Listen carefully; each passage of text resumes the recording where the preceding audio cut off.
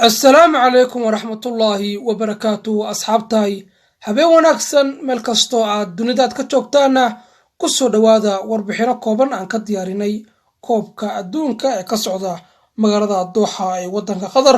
Waxaan ka hadli doonaa kulamadii hadda soo dhamaaday ee ilaa galabta ilaa caawa laga ciyaaray magaalada Dooxa ee wadanka Qatar.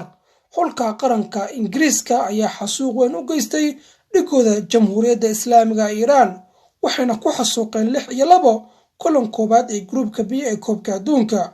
waxaana wacdar dhigay laacibka garabka uga ciyaara kooxda kubadda cagta Arsenal ee Bukayo Saka, waxa uuna gaaray shabaqa xulka Iiraan 2 jeer.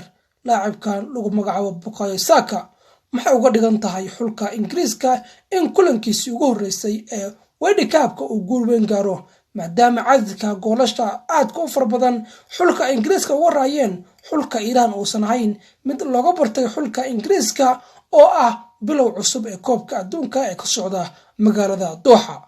waxay xulka Ingiriiska ay dhasheen galabta goolashii ugu badnaa ee bilowga koobka adduunka ay ka bilaabeen magaalada Dooxa ee wadanka Qatar. goolashii ugu badnaa waxaan dhashay laacibiin fara badan oo ismuujiyay maanta ilaa galabtana aad iyo aad baraha bulshada ee wadanka Ingiriiska looga bumbuunayay. waxaana ka mid ah laacibkii 2021 cunsurada weyn loo geystay laacibka lagu magacaabo Bukayo Saka.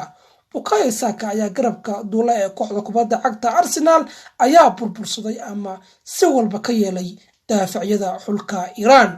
laacibka lagu magacaabo Bukayo Sakana waxa uu ahaa ninka macnaha mar walba ay ku tashanayay xulka Ingiriiska ayna ka filaysay goolasha ugu badan, maadaama la arkayay fursadaha uu ka waxeynayo garoonka iyo sidoo booniga u xadareynayo laacibka lagu magacaabo Bukayo Saka.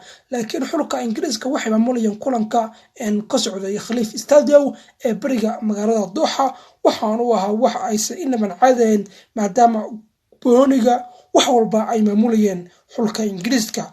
Bukayo Saka 2 jeer ayuu taabtay shabaqa oo wuxuu dhashay gool aad u taysanaysa, waxaana taas aan ka maqnayn laacibka kooxda kubadda cagta Chelsea laacibka lagu magacaabo Raheem Sterling, asaguna shabaqa waa uu soo gaaray, waxaana ku soo gaaray awood laacibkan lagu magacaabo Raheem Sterling. laakiin waxa meesha aan ka marnayn oo kale saaxiibayaal laacibka lagu magacaabo Grealish oo asagana awoodiisa muujiyay maadaama uu ciyaaro koox weyn kooxda lagu magacaabo Manchester City.